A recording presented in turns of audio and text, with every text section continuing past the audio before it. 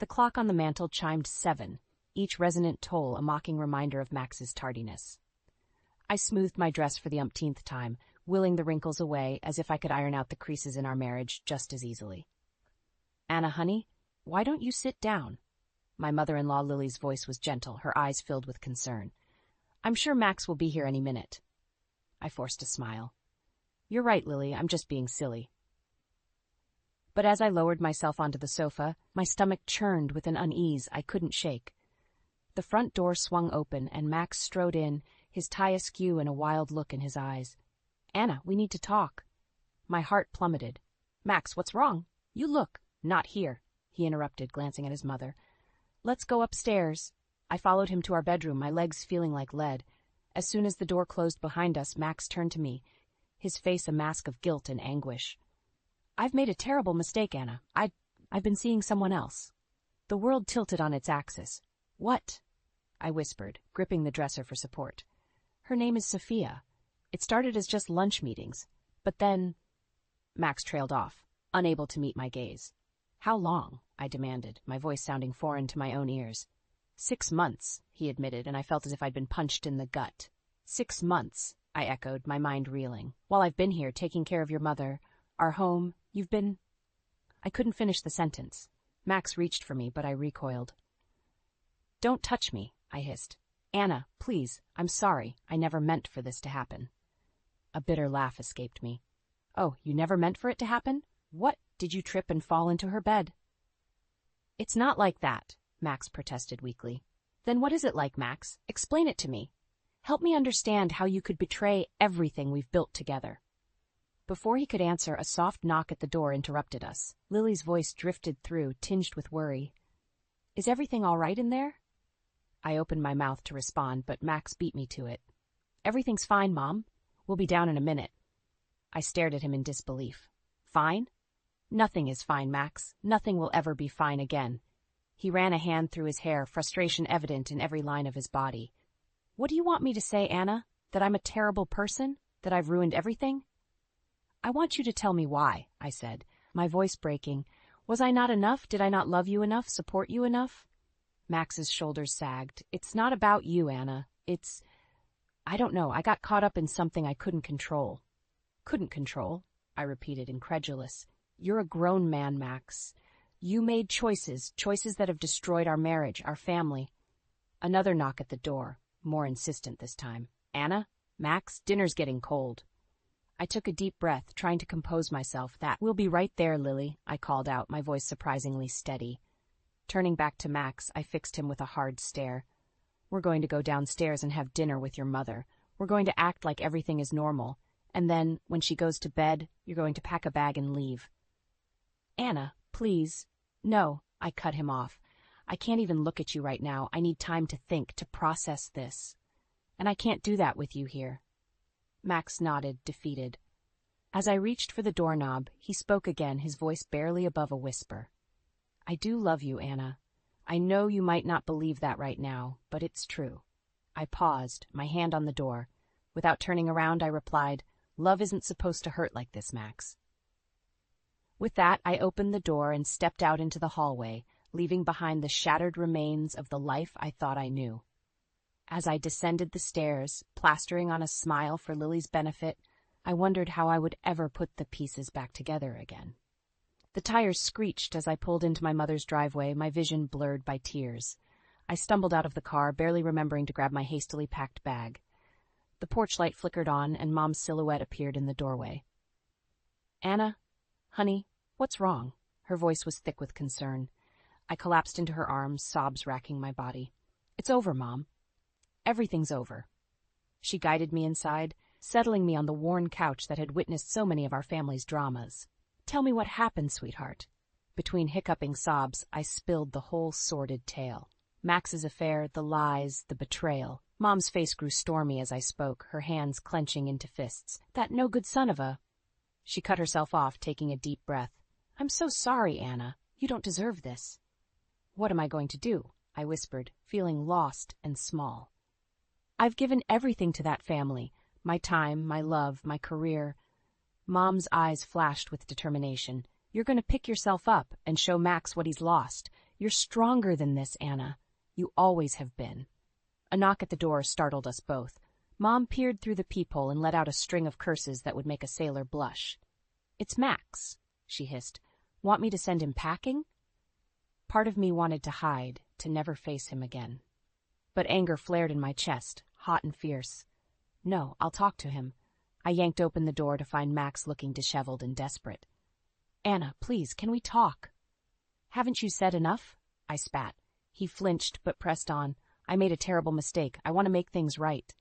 A bitter laugh escaped me. "Make things right? How exactly do you plan to do that, Max? Unsleep with her? Unbreak my heart?" "I'll do anything," he pleaded. "Counseling, therapy, whatever it takes. I love you, Anna." The words hit me like a physical blow. "Love? You don't even know what that word means." From behind me, Mom's voice rang out, cold and sharp. "I think you should leave now, Max, before I forget my manners." He looked between us, desperation etched on his face. "Anna, please, think of Lily. She needs you." White-hot rage surged through me. "Don't you dare use your mother against me. I've been there for her more than you ever have." "I know, and I'm grateful, but she's asking for you. She doesn't understand why you left." Guilt twisted in my gut, warring with my anger. Tell her I'm not feeling well. I'll call her tomorrow." Max nodded, a glimmer of hope in his eyes. "Does this mean—" "It means nothing."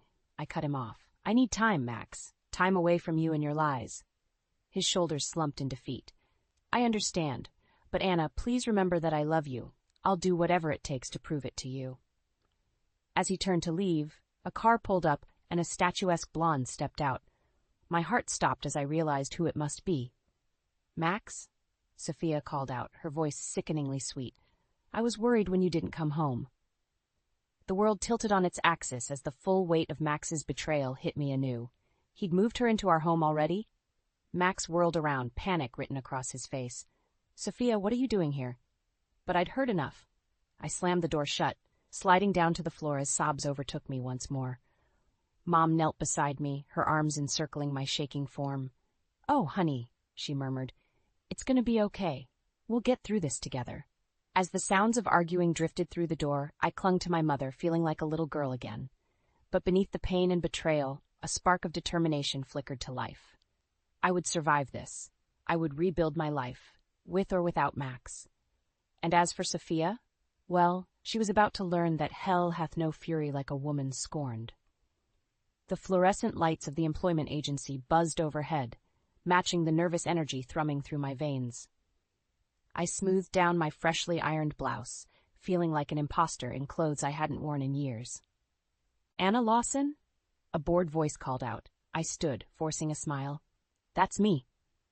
The woman behind the desk barely glanced up from her computer. "Resume?"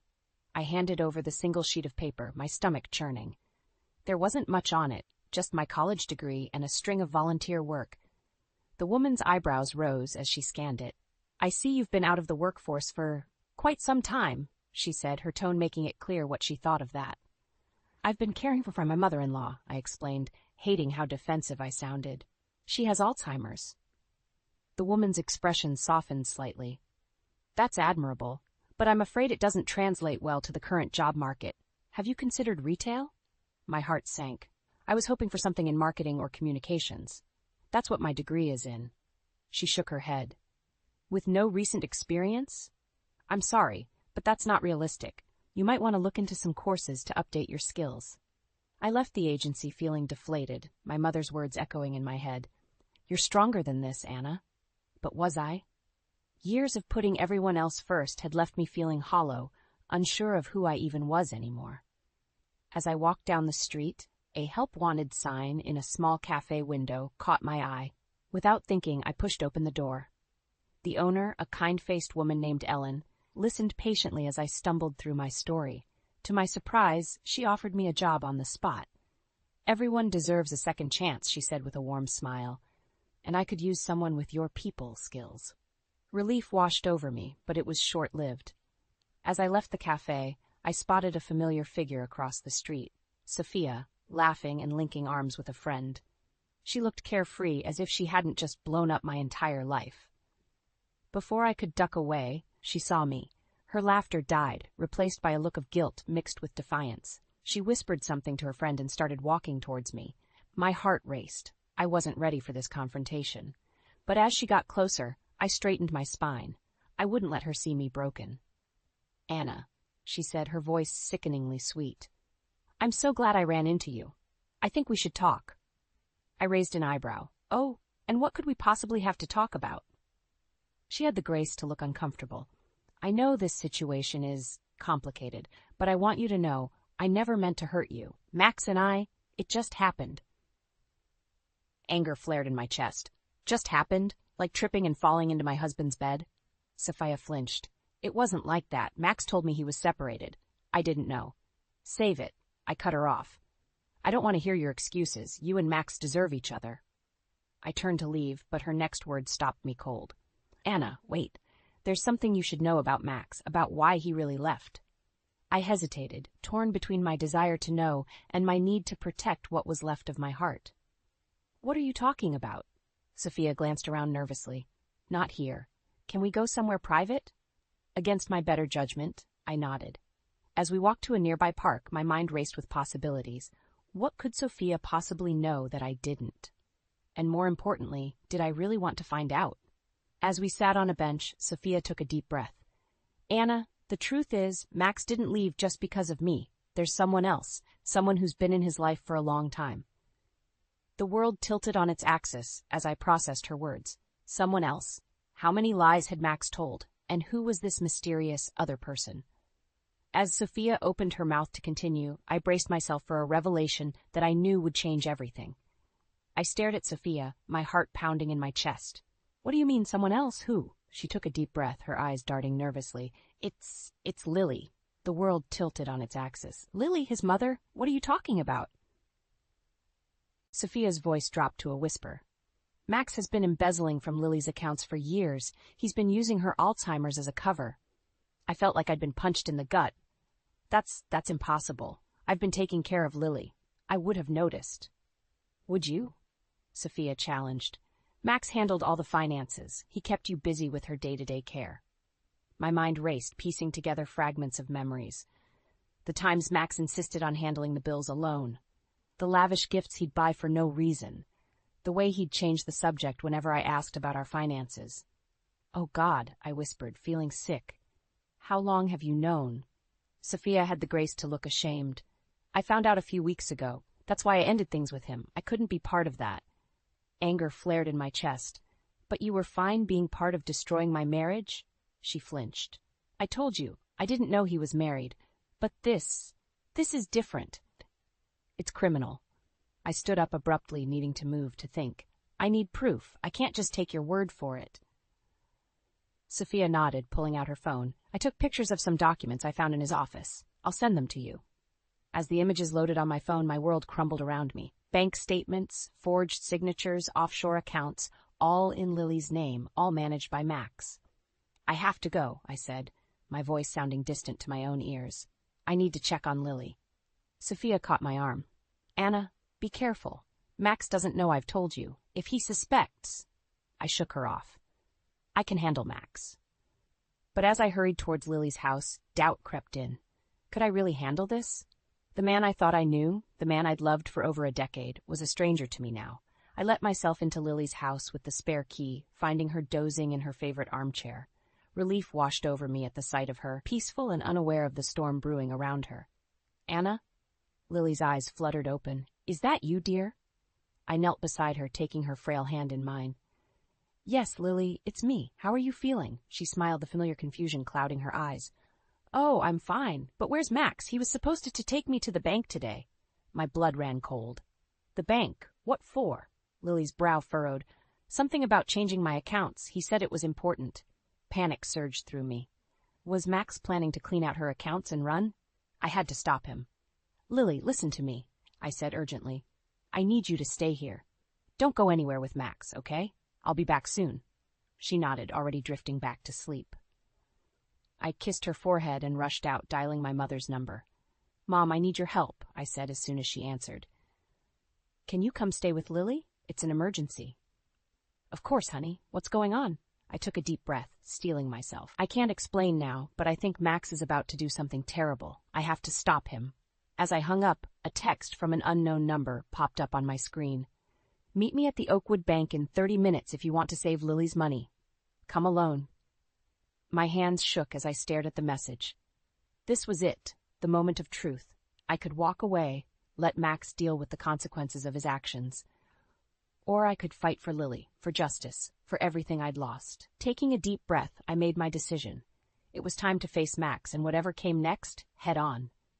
As I got into my car, I realized that the woman who had started this journey, the devoted wife, the selfless caretaker, was gone. In her place stood someone new, someone stronger, someone ready for a fight. The Oakwood Bank loomed before me, its glass facade reflecting the late afternoon sun. My hands trembled as I gripped the steering wheel, steeling myself for the confrontation ahead. Taking a deep breath, I stepped out of the car and marched towards the entrance. Max was waiting in the lobby, his face a mask of cool indifference. Anna, I'm surprised you came. Cut the act, Max, I hissed. I know what you've been doing to Lily's money. His eyes widened for a fraction of a second before narrowing. I don't know what you're talking about. Don't lie to me, I snapped, my voice echoing in the quiet lobby. A few heads turned our way. Sophia told me everything. The embezzlement, the offshore accounts. How could you do this to your own mother? Max's facade cracked, revealing a flash of panic. Keep your voice down, he growled, grabbing my arm and steering me towards a more secluded corner. I yanked my arm free. Don't touch me. You've lost that right. He ran a hand through his hair, his composure slipping. Look, Anna, it's not what you think. I was just managing her assets. By stealing from her? I scoffed. You're pathetic, Max. His eyes hardened. You don't understand. I had debts, investments that went south. I was going to pay it all back. With what? More of Lily's money? I shook my head in disgust. I won't let you do this. Max's expression turned dangerous. You can't stop me, Anna. I have power of attorney. Not for long, I countered. I've already called Lily's lawyer. He's on his way with the police. The color drained from Max's face. You're bluffing. Try me, I challenged, praying he couldn't see through my lie. For a moment, we stood in tense silence, the weight of years of betrayal and lies hanging between us. Then Max's shoulders slumped in defeat. What do you want? He asked, his voice barely above a whisper. I want you to make this right, I said firmly. Sign over your power of attorney to me. I'll manage Lily's affairs from now on. Max's eyes flashed with anger. And what about her inheritance? You expect me to just hand that over too? I felt a surge of righteous fury. That inheritance was never yours to begin with, Max. It belongs to Lily, and after her, it should go to charity, just like she always wanted. He laughed bitterly. And what about you, Anna? Don't tell me you never thought about that money. Unlike you, I spat, I actually care about Lily. I'm not in this for the money. Max's face contorted with rage. You sanctimonious bitch. You think you're so much better than me? Before I could react, he lunged forward, grabbing my purse. If I can't have the money, neither can you. We grappled for the bag, drawing alarmed looks from the bank staff. In the struggle, the contents of my purse spilled onto the floor, including the phone with the incriminating evidence. Max dove for the phone, but I was quicker. I snatched it up, backing away from him. It's over, Max. You've lost. Security guards approached, alerted by the commotion. Max's eyes darted between me and the exits, panic written across his face. This isn't over, he snarled, before turning and bolting towards the door. As the guards gave chase, I sank onto a nearby chair, my legs suddenly weak. The full weight of what had just happened crashed over me. I had stood up to Max, protected Lily, but at what cost? My phone buzzed with a message from Mom. Lily's asking for you. She seems agitated. What's going on? Reality came crashing back. This wasn't over yet. I still had to break the news to Lily, deal with the legal fallout, and somehow put the pieces of my shattered life back together. As I stood to leave, a steely resolve settled over me. I had survived Max's betrayal and fought back against his schemes. Whatever came next, I would face it head on. For Lily, for myself, and for the woman I was becoming, stronger, wiser, and ready to reclaim her life. The lawyer's office felt suffocating, the tension palpable as I sat across from Max and Sophia. My hands trembled slightly, but I clenched them tightly, determined not to show weakness. Let's get this over with, Max growled, his eyes darting between me and his lawyer. I took a deep breath. I want full control of Lily's finances and medical decisions, and I want a fair division of our assets. Max scoffed. You're delusional. You have no right to Lily's affairs. I have every right, I countered, my voice steady. I've been her primary caregiver for years, and I have evidence of your embezzlement. His face paled. You're bluffing. I pulled out a folder, sliding it across the table. Bank statements, forged signatures, offshore accounts, it's all here. Max's lawyer leafed through the documents, his expression growing grave. He whispered something to Max, whose face contorted with rage. You conniving bitch, he snarled. You set me up. Sophia shifted uncomfortably. Max, maybe we should. Shut up, he snapped at her. This is all your fault. If you hadn't opened your big mouth. Enough, I interrupted, slamming my hand on the table. This ends now, Max. You have two choices. Settle fairly, or I go to the police. The room fell silent, the weight of my ultimatum hanging heavy in the air. Max's eyes darted around like a cornered animal searching for escape. Finally, his shoulders slumped. Fine. What do you want? Relief washed over me, but I kept my expression neutral. Full custody of Lily, half of our marital assets, and you sign over your power of attorney. Max's lawyer leaned in, whispering furiously, but Max waved him off. Just do it. I want this over. As the lawyers drafted the agreement, I felt a strange mix of triumph and sadness. This was the end of my marriage, the final nail in the coffin of a life I'd thought was perfect. Sophia cleared her throat. Anna, I'm sorry. For everything. I met her gaze, seeing genuine remorse there. I'm not the one you should be apologizing to, I said quietly, nodding towards Lily's photo on the desk.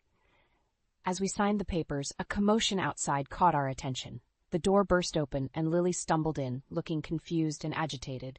Max? Anna, what's going on? She asked, her voice trembling. My heart sank. Lily, you shouldn't be here. How did you? I followed you, she said, her eyes darting between us. Why are you all looking at me like that? What's happening? Max stood, reaching for her. Mom, it's okay. We're just sorting out some paperwork. But Lily recoiled from his touch. Don't lie to me. I may be old, but I'm not stupid. You're fighting over my money, aren't you? The room fell silent, shame written across every face. Lily's eyes filled with tears. Is this all I am to you? A bank account? No, Lily, I said softly, moving towards her. We're trying to protect you. She backed away, her expression hardening. Protect me? By going behind my back? I trusted you, Anna, both of you. The betrayal in her eyes cut me to the core. Everything I'd done for her. But in that moment, I realized the cost of my actions. Lily turned, stumbling towards the door. I need to get out of here. Lily, wait, I called, but she was already gone. I moved to follow, but Max grabbed my arm. Let her go. You've done enough damage. Anger flared within me. Me? You're the one who... A crash from the hallway cut me off, then a scream that chilled my blood. Lily, I cried, breaking free from Max's grip and rushing out. The sight that greeted me stopped me in my tracks. Lily lay crumpled at the bottom of the stairs, motionless. As I ran to her, my mind raced. How had everything gone so wrong? In trying to protect Lily, had I inadvertently caused her harm? The weight of my choices pressed down on me as I knelt beside her still form, praying for a miracle and wondering if I'd ever be able to forgive myself if the worst had happened. The hospital waiting room was a blur of activity, but I felt frozen in time. Lily's frail form, crumpled at the bottom of those stairs, was seared into my mind. How could I have let this happen? Mrs. Lawson? A doctor approached, his face unreadable. I stood on shaky legs. Yes? How is she? Your mother-in-law is stable, but she's suffered a severe concussion and a broken hip. We'll need to operate. Relief and dread warred within me. Can I see her? The doctor nodded, leading me to Lily's room. She looked so small, so fragile in that hospital bed. Her eyes fluttered open as I approached. Anna? Her voice was barely a whisper. I took her hand, fighting back tears. I'm here, Lily. I'm so sorry. She squeezed my hand weakly. Not your fault. I overheard everything. My heart sank. Lily? No, she interrupted. I need to say this. Max, he's been lying to me for years, hasn't he? I nodded, unable to speak past the lump in my throat. Lily's eyes filled with tears. And you've been protecting me, all this time. I should have told you, I whispered. I thought I was doing the right thing. She managed a small smile. You were. You are. Anna, I want you to have everything. I blinked in confusion. What? My estate, my care. I trust you, not Max.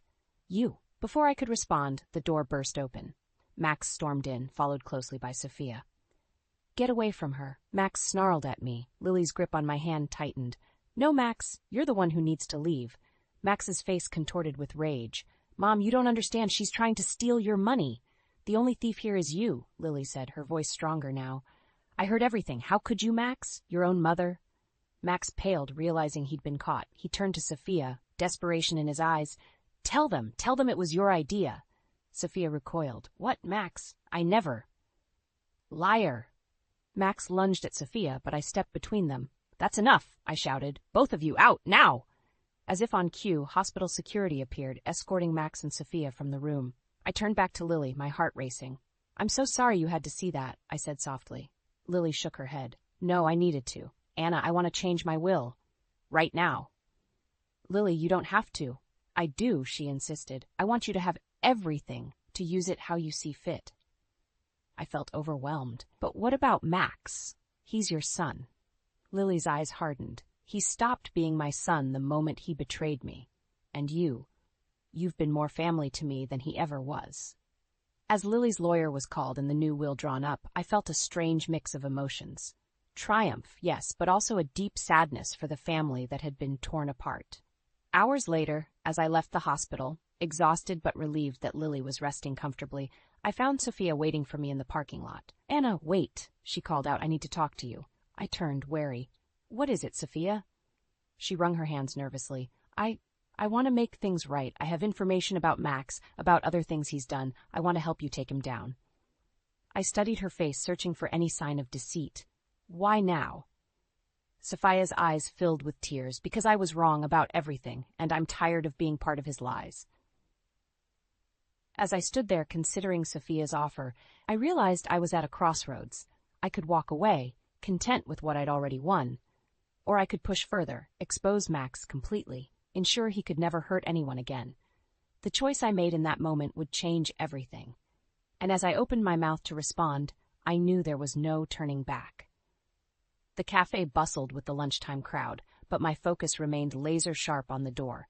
When Max and Sophia walked in, arm in arm, my heart raced with a mix of anticipation and righteous anger.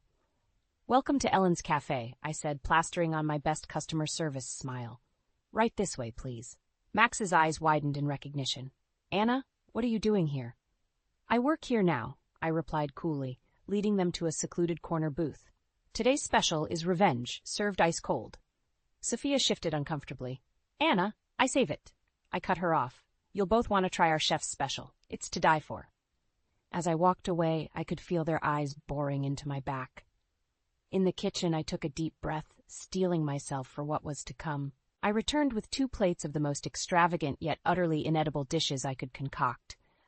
Overcooked pasta drowning in a sauce that was more salt than flavor, garnished with wilted herbs and what appeared to be burnt cheese.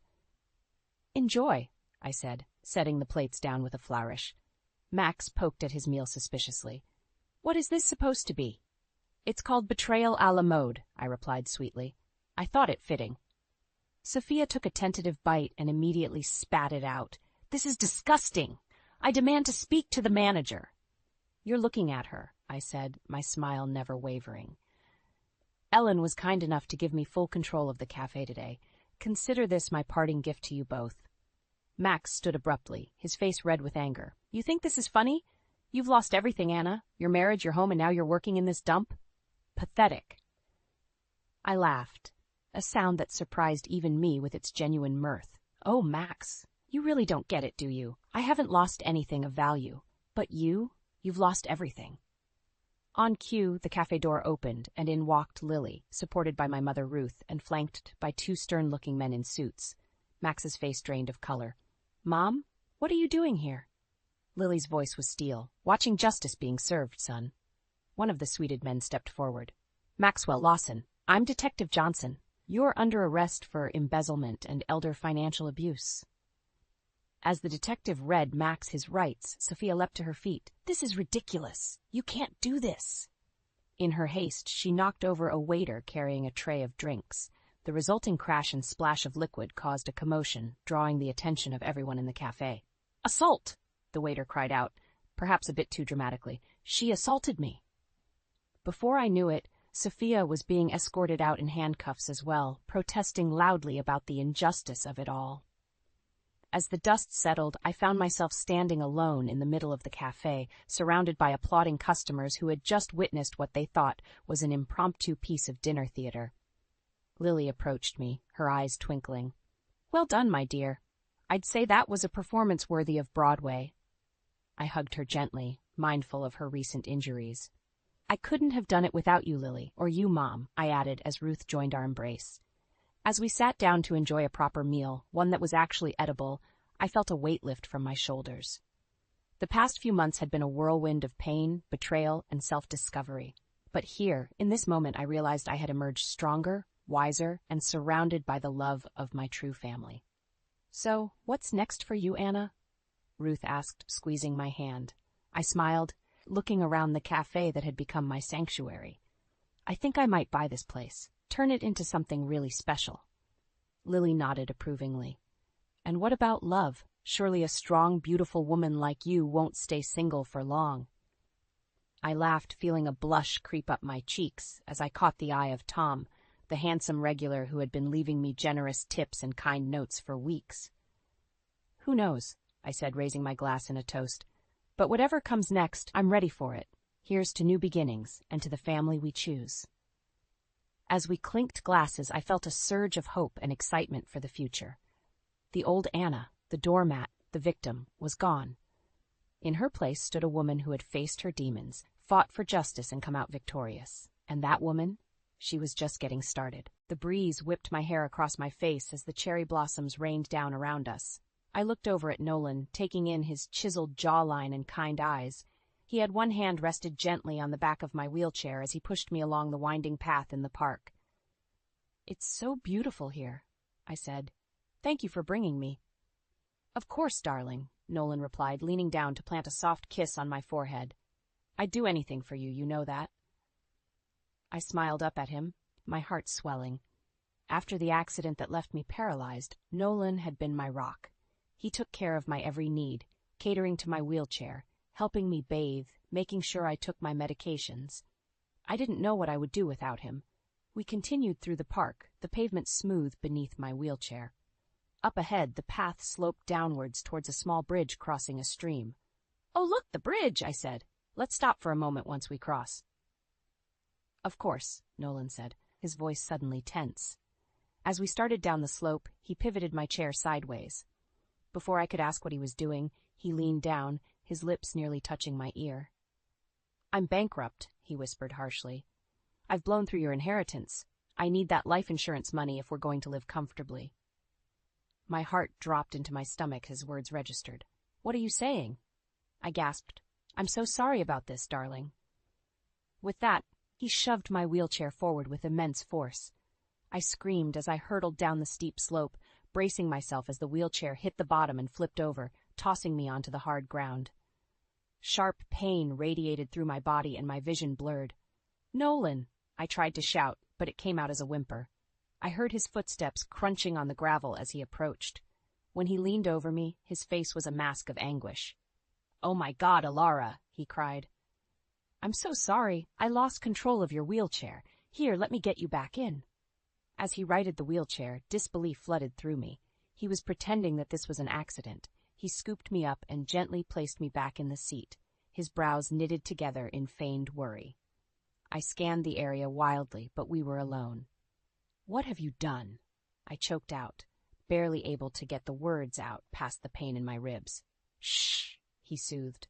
"Try not to move. You might have broken something. I'm going to call an ambulance." As he pretended to dial his phone, I saw a flash of panic cross his face. His plan had gone horribly wrong. He knelt down next to me again, taking my hand in his. "Just hang on, baby. Help is coming. I promise I'll take care of you." The false affection in his voice made me want to vomit. Hot tears spilled down my cheeks as I realized the man I loved had tried to kill me. The steady beep of the heart monitor greeted me as I blinked open my eyes. I was in a hospital room, my body aching. Nolan sat in a chair next to the bed, his leg heavily bandaged. He looked up as I stirred, relief washing over his face. "Oh, thank God you're awake," he gushed, grasping my hand. "I was so worried." My pulse quickened as memories came flooding back. the wheelchair careening down the hill, Nolan's cold confession, his botched attempt to kill me. I yanked my hand away. "Don't touch me," I hissed. Nolan drew back, feigning confusion. "Alara, what's wrong?" "You pushed me down that hill. You wanted me dead for the insurance money," I accused. Nolan's mouth fell open. "What? No, it was an accident. I would never hurt you, Alara. I tried to stop the wheelchair, but it went out of control. I jumped down the slope after you, but my leg got caught between the wheelchair spokes as I tried to stop your fall. I'm so sorry I couldn't prevent you from getting hurt." I studied his face, searching for any hint of deception, but found only earnest concern. "The doctors said you have a concussion," Nolan continued. "You must have imagined what happened due to the head trauma." Doubt crept into my mind. Could I have imagined it? My memories from that day were hazy. And now Nolan was injured too. I glanced at his bandaged leg, guilt replacing the suspicion. I'm sorry," I stammered. "I must be confused." Nolan squeezed my hand reassuringly. "It's okay. I'm just glad you're all right." Over the next few days, as my injuries healed, Nolan doted on me relentlessly. He fluffed my pillows, fed me soup, and held my hand when the pain meds wore off. His unwavering devotion made me feel foolish for ever questioning his intentions. But as the weeks passed, small things seemed off. Nolan became obsessed with money, poring over our accounts and insurance policies. He insisted on extravagant home modifications to accommodate my wheelchair, urging me to pay for them with my inheritance. One night, as I wheeled into the bedroom, Nolan slammed his laptop shut quickly. "What are you looking at?" I asked. "Oh, nothing important," he said, avoiding eye contact. While he was in the shower, I opened the laptop and accessed the browser history. My heart sank as I saw searches for how to increase your spouse's life insurance and big payouts for accidental deaths. Nolan hadn't been searching for accident victims to help. He was researching how to profit from my hypothetical accidental death. Bile rose in my throat as I finally accepted the truth. The devoted caregiver routine was an act to keep me under his control. The man I loved was trying to murder me. Over the next few weeks, I settled into a new normal. The doctors said my paralysis was permanent, so Nolan dutifully catered to my needs. But his mask slipped more each day. He obsessed over my inheritance, insisting I use it to convert our home into a wheelchair paradise. Meanwhile, he splurged on golf clubs, TVs, and gadgets. One night at dinner, he brought it up again. "Alara, I really think we should overhaul the entryway and widen the door frames downstairs. We need to make this house accessible for you." I pushed my food around my plate, anxiety churning in my gut. "Those renovations will deplete the remainder of my inheritance. Can't we just make do?" Nolan frowned, a flash of anger in his eyes. "But don't you want to be comfortable and self-sufficient? This inheritance is meant to be used on you." I couldn't tell him the truth, that I was preserving those funds to escape someday. "Let's just discuss it later," I said weakly, hoping to placate him. After dinner, I went upstairs and discovered Nolan had installed a new safe in our closet. He never mentioned it, and it was already locked. What was he hiding? A few nights later, Nolan left his email open on my laptop. My eyes fixed on one message from an insurance company with the subject line, "Policy Upgrade Request." Hands trembling, I opened it. Nolan had asked to increase my life insurance and add an accidental death payout. When I confronted him, he insisted it was just to provide for me in case of tragedy. But I knew it was premeditation. The final straw came a week later when I overheard Nolan on the phone scheduling a lavish housekeeping service. We didn't need it, but he seemed hell-bent on draining my inheritance with frivolous spending. After he hung up, I wheeled into the kitchen and tossed my checkbook onto the counter. "I'll be handling my own finances going forward," I informed him coldly. Nolan's facade fully slipped, his face contorting in anger. "How dare you? That money is as much mine as it is yours." "It's my inheritance," I shot back, "and I'm done letting you blow it." Nolan advanced on me, his voice a low snarl. "You ungrateful bitch. After everything I've done for you." Adrenaline coursed through me. "The jig is up, Nolan. I won't let you steal my inheritance while you plot my murder." Rage blazed in his eyes, but he quickly masked it. "Don't be ridiculous," he sneered. "I'll never understand your paranoia. But fine, manage your own money. It doesn't change my love and devotion." His duplicity infuriated me further, but I held my tongue. I needed to protect my finances at all costs until I could find a way out. Over the next few weeks, money became a battleground in our home. I took over the finances, carefully tracking every penny.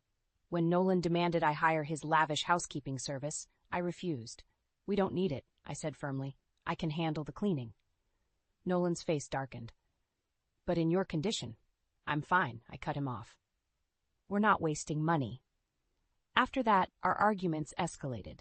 Nolan increasingly spent money behind my back, on expensive takeout when I cooked simple meals, new electronics, anything he desired. One day, I came home to find he had purchased a $3,000 Tempur-Pedic mattress without consulting me. "Return it now," I demanded. "Why are you being so controlling?" he shot back. "I'm just trying to make our home nicer for you." "Bullshit," I spat. "You're bleeding our accounts dry, trying to spend my inheritance before I cut you off." Nolan's expression contorted in rage. For a moment, I thought he might hit me, but he quickly smoothed his face into a mask of polite concern. "Elara, I'm worried about you," he said gently. "This obsession with money isn't healthy. You know I just want what's best for you." I wanted to scream at his pathetically transparent manipulation, but I held myself in check. Over the next week, small amounts of cash began disappearing from my purse. $20 here, $50 there. I knew Nolan was taking it. Meanwhile, the utilities and credit card bills skyrocketed without explanation. One night, I logged into our accounts and realized why. Nolan had increased the thermostat to 85 degrees, changed our cable package to premium channels, and added himself as an authorized user to my credit card. The next morning, I changed the thermostat back and called the cable company to downgrade our plan. When Nolan realized what I'd done, he cornered me in the kitchen. "How dare you make changes without consulting me?" he bellowed. I refused to cower. "I'm correcting your frivolous spending. You're bleeding me dry." Nolan slammed his fist on the counter. "That's my money, too.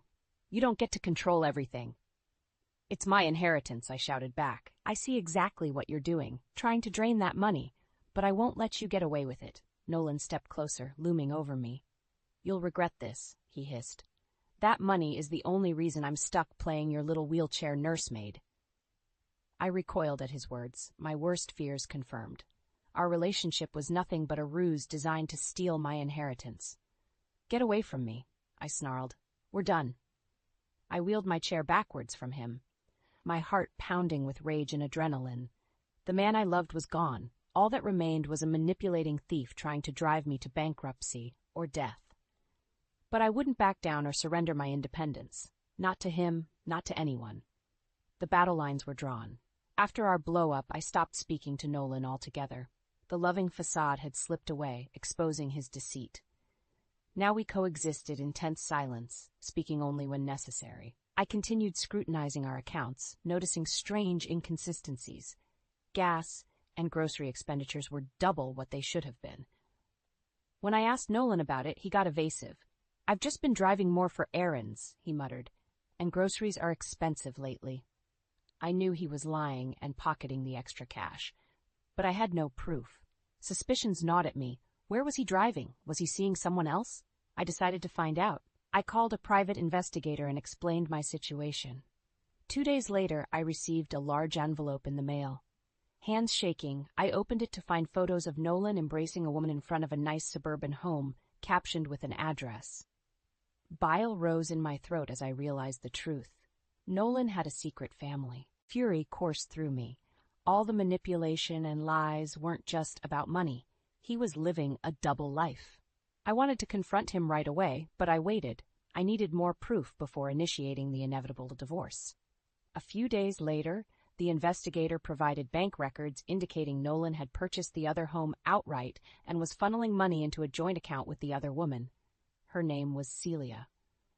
Armed with evidence, I decided to confront Nolan at the hospital where he volunteered, a smokescreen for his deceit. As I wheeled into the hospital lobby, I spotted Nolan at the front desk flirting with a nurse. Before he saw me, I called out loudly, "Hey, Nolan, how's Celia doing?" Nolan's head whipped around, his face draining of color when he saw me. He quickly masked his shock with feigned confusion. "Who?" he stammered. I threw the envelope of evidence onto the desk. Photos and bank records spilled out. "Save it!" I spat. I know about your little wifey across town. Did you really think you could get away with it? Nolan glared at me coldly. You don't know what you're talking about. This is absurd. I shook my head in disgust. The jig is up, Nolan. I'm filing for divorce. Have fun splitting your assets between two households. I wheeled my chair away, Nolan calling after me desperately. But I didn't stop. The time for mercy was over. Over the next few days, I met with lawyers to initiate divorce proceedings, documenting Nolan's infidelity and financial deceit. I wanted to ruin him. Soon after, I sat Nolan down at home. Here are your options, I told him icily. Agree to a divorce with zero spousal support, letting me keep 100% of my inheritance, or I'll make sure every one of your friends and family knows exactly what a cheating, swindling scumbag you are. Nolan pleaded with me, but I refused to back down. The man I loved was gone. In his place was a manipulative stranger who needed to pay. After I presented the evidence, Nolan had no choice but to agree to my terms. The divorce was swift and brutal, leaving him financially devastated. I walked away free, my inheritance intact, ready to begin a new chapter away from my lying, cheating ex-husband. What awaited me was unclear, but it had to be better than the nightmare I'd endured. In the months after the divorce, I focused on recovery and adapting to my new normal. My lawyer ensured I received a generous alimony, allowing me to afford live-in care. Though my paralysis persisted, my new doctor encouraged me to stay positive. Your condition is still evolving, he assured me. With rehabilitation, you may regain functionality. His optimism lifted my spirits. For the first time since the accident, I had hope. During one appointment, Dr. Fields reviewed my records closely, his brow furrowing. Let's do some fresh scans, he said. The next day, I received an urgent call from Dr. Fields. You need to come in immediately, he said gravely. There are developments. My pulse quickened anxiously as I wheeled into his office. His expression was grim. What is it? I asked shakily. The scans show your spinal cord damage is treatable, he said. Your previous physician failed to detect this. With surgery, you could walk again. I reeled in shock. What? But my ex-husband said my paralysis was permanent. Are you saying it's reversible? Dr. Fields nodded. Given proper treatment, your prognosis is very good. I believe your previous doctor misinterpreted the scans. Your ex likely concealed this from you. The revelation hit me like a freight train. Nolan had lied to keep me in a wheelchair, dependent on him. Fury boiled up inside me. That bastard! I exploded. He made me believe I'd never walk again. He wanted me helpless so he could control me and access my money.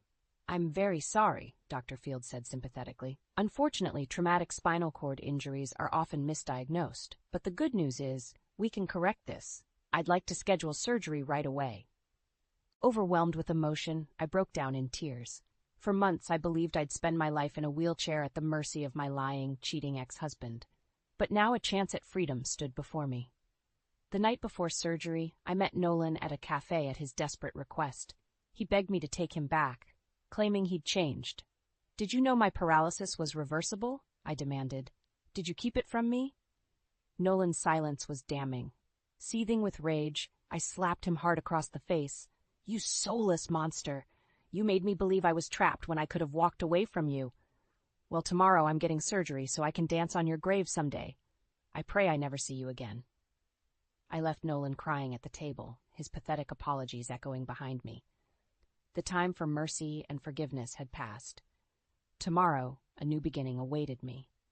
The surgery was a success. In the difficult weeks of recovery and rehabilitation that followed, spite fueled me. I imagined trampling over Nolan's broken body as I reclaimed my strength, vowing he'd never rob me of independence again.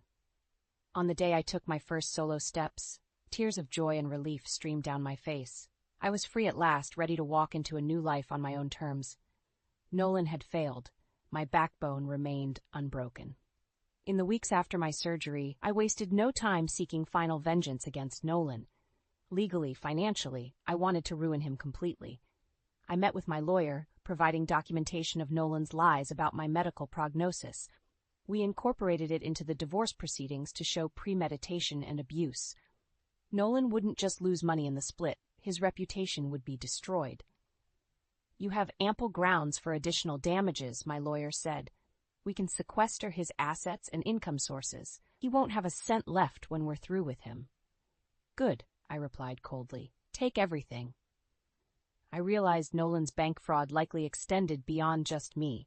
I contacted his employer and provided evidence that he had embezzled from client accounts. They immediately opened an investigation, alerting the authorities. Nolan desperately tried to convince me not to expose him further. He even had the audacity to suggest reconciliation. Alara, haven't you punished me enough? He pleaded on the phone. I know I made mistakes, but we can still repair this. I'll spend the rest of my life making it up to you. The only mistake I made was ever trusting you, I spat back. You tried to steal my inheritance and leave me helpless. There's no coming back from that. I hung up, feeling re-energized in my mission to obliterate him. The next day, I called his half-sister, Layla, who he always clashed with. I told her everything, from the infidelity to the financial deceit. I knew he was selfish, but this is unbelievable, she fumed. What a wretched snake. He's dead to me. I'll make sure everyone knows what a vile pig he is. In the weeks that followed, Nolan's life unraveled spectacularly. Friends and family shunned him. He lost his job once the fraud was exposed. Even Celia kicked him out once she learned what he did to me, disgusted by his abhorrent behavior. The divorce finalized with me receiving 80% of our shared assets plus permanent alimony payments, money he no longer had. He'd be financially ruined for years. My lawyer called one final time. It's done, he said with satisfaction. Your ex-husband is destitute. His reputation is shredded. You won't be hearing from him again anytime soon. A surge of relief and joy coursed through me. The bitter seeds I'd sown had bloomed into Nolan's complete destruction. He was finally reaping what he deserved, and I was forever free from his poisonous hold on my life. The day my divorce from Nolan was finalized, I walked out of the courthouse with my head held high, the sunlight warming my face. The settlement had been everything I wanted. Nolan was left penniless and alone, forced to start anew with nothing but his wretched self. In the months that followed, I reveled in my freedom and independence. I returned to work, reconnected with old friends, traveled to places I'd always dreamed of seeing. Whenever despair crept in, I repeated my mantra, Nolan has no power over you now. My new therapist helped me process the emotional trauma I'd endured. It's important you don't dwell on anger, she counseled gently.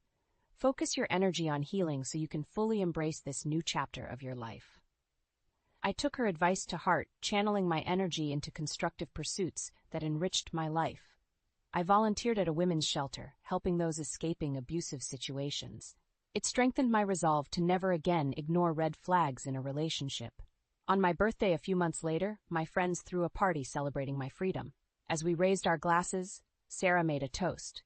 Here's to Alara, for her resilience, courage, and for shattering the chains of her miserable marriage. No one deserves this fresh start more than her. Their cheers filled me with newfound hope. The old Alara, helpless, naive, trapped, was gone. A wiser, stronger woman had taken her place. Slowly I began dating again. After some duds, I met Adam, a kind divorcee and single father. While affection bloomed between us, I took it slow, keeping healthy boundaries. I'm so glad you're being cautious, Sarah told me. After everything you've endured, you deserve someone who treats you like the queen you are. While Adam was nothing like Nolan, trusting again didn't come easily. But in time, as his sincerity was proven, my walls came down, brick by brick. One night, as we strolled in the park, I paused under a canopy of twinkling lights strung between the trees. Here, surrounded by the beauty of new beginnings, my heart opened once more. When Adam proposed several months later, I accepted joyfully.